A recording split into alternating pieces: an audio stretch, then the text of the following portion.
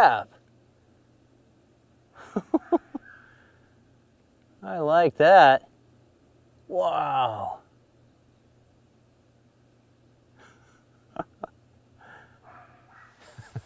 Hey, thanks for tuning in to Twang and Bang. I readily admit that was the best group that I shot that day, but I wanted to share that group with you because it's made up of the first 5 shots that I put through the Sandman L that Dead Air Armament sent me for testing. And of course, I was immediately blown away. Now, that was the start of my point of impact testing, so this rifle was zeroed, just as you see it with the Dead Air brake in place. It was perfectly zeroed. So it showed that I was getting about a 2 MOA point of impact shift down and a little bit to the right. And that's actually as small a point of impact shift as I've experienced so far with cans that I've put on this rifle. So perfectly acceptable to me. But the more I shot it, the more I realized that can was tightening my groups by about 0.1, 0.2 MOA, which is fantastic. And so I started my testing looking at this like a real deal quick detach precision rifle can. But it's a whole lot more than that. And that's what's coming up next on Twang and Bang.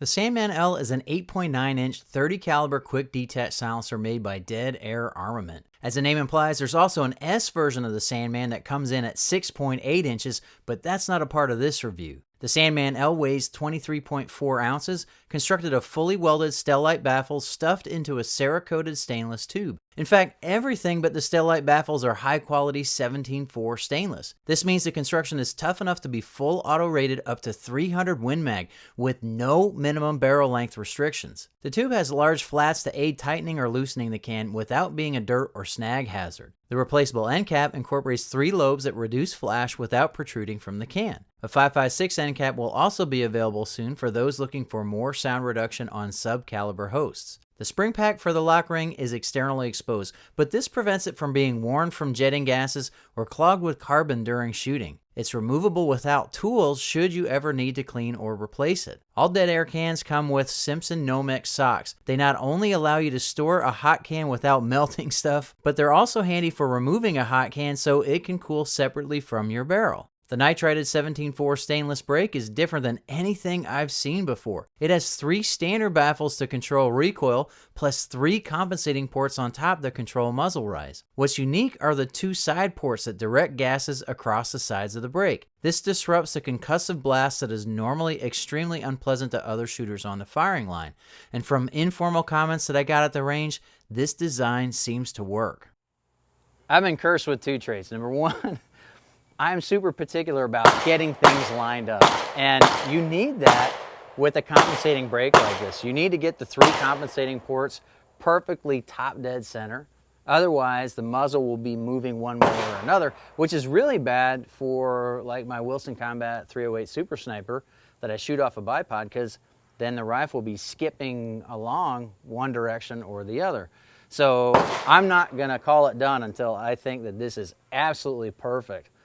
But my other trait is that I have almost no fine motor control when I'm doing something with a torque wrench. And so it took me a very long time, 10 minutes each break, seriously, of adjusting, oh, just went too far that way, too far this way, too far that way, too far this way, to get that last little bit of tuning, backing up, looking at it, using levels. Oh my gosh, I said words that'll never show up on this channel. And there were times where I had to put the wrench down and walk out of the room. But I'm glad I took the time, because these compensating ports are very, very effective. And the brake also, it works very, very good at recoil control. What's really cool are these side ports. I think they're cut at 30 degrees. I'm not sure, but they direct gases across the blast that normally comes off of brake baffles. And I do notice it as a shooter. There's less blast from this muzzle brake than from other brakes of similar design. And, you know, informally asking people on the range, they seem to agree. The attachment system overall is designed to be done with one hand. You don't have to see the witness mark. You could just turn it and it's not going to go on the wrong way. It will only go on if you have the right part of the mount top dead center. Of course, if you want to do it the quick way, there is a witness mark that you can line up, which makes it easy. as soon as you turn it to where the pins rotate in the groove on the brake, you can shoot it and it's not going to fly off. That's a fail-safe built into the mount. But, of course, when it's working, it's just one hand tighten, and once it's snug down, you're ready to go. That can's not going anywhere. And when you're ready to take it off, just twist it off, again, one hand, and then get it all the way, and then it pulls right off. That's a really slick mount system. With how good this combo shoots, I almost don't care how it sounds, but it sounds great. But just in case you didn't catch it in the opening of the video, here's some more.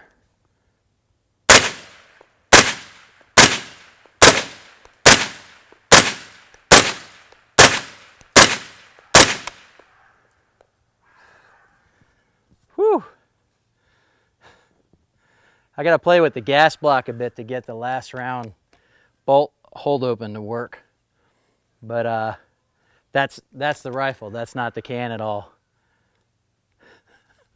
This is a great combo. I love this. This is ZQI SS109.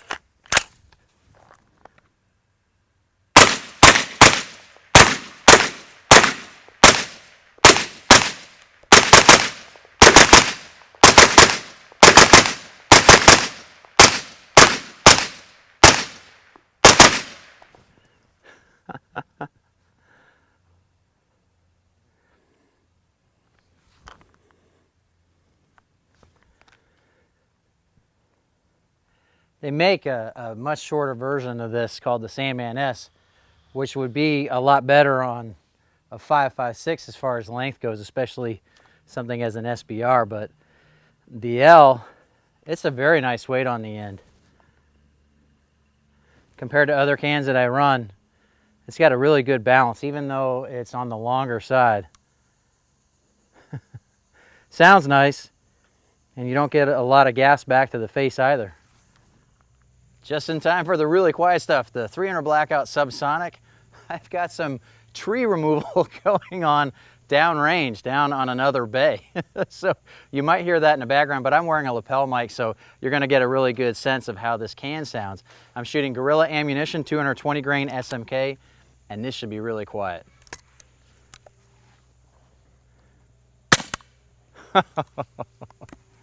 I just love that sound. I love suppressed subsonic 300 Blackout.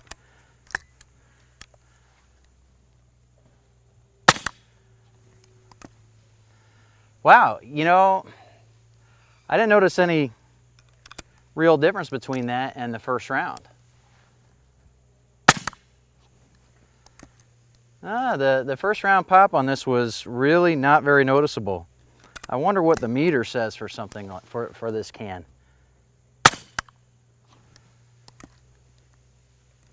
Wow, that's really nice.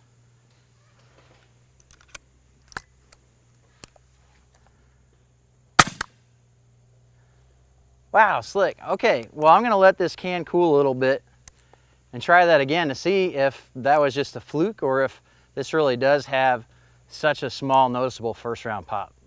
Okay, that should be enough time. It's not super cool. It didn't get hot in the first place, not like I did high rate of fire stuff. But usually about 10 minutes is all I need to get that first round pop back with other cans. And I made sure to try to exchange some of the air through it blowing down the bore. And we'll see what it sounds like the second time around.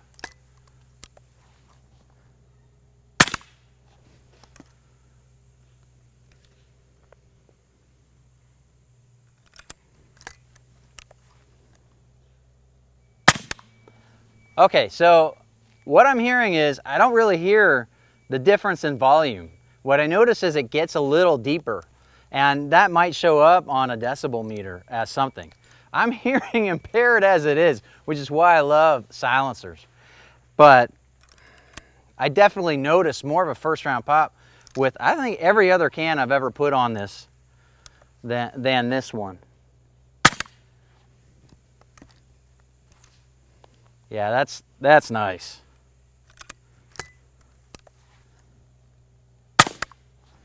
Personally, I don't worry about first round pop unless it's really offensive, like something that's super, super loud. That can sometimes happen with 9mm cans, shooting subsonic 300 Blackout. But they're really, it's not noticeable when I shoot this, not to my ear. That's really slick. That's a cool design.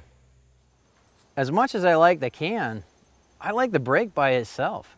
It's something that I would recommend to somebody who wanted a good compensating brake without it being too blasty. I mean, there are some really aggressive brakes out there that if you weren't going to be shooting out of a vehicle or shooting through corrugated pipe as they make us do in some of the matches that I do, I'd probably run something aggressive like that. But man, the guys that do that, they come out even doubling up plugs, their ears are ringing, and I don't want to do that.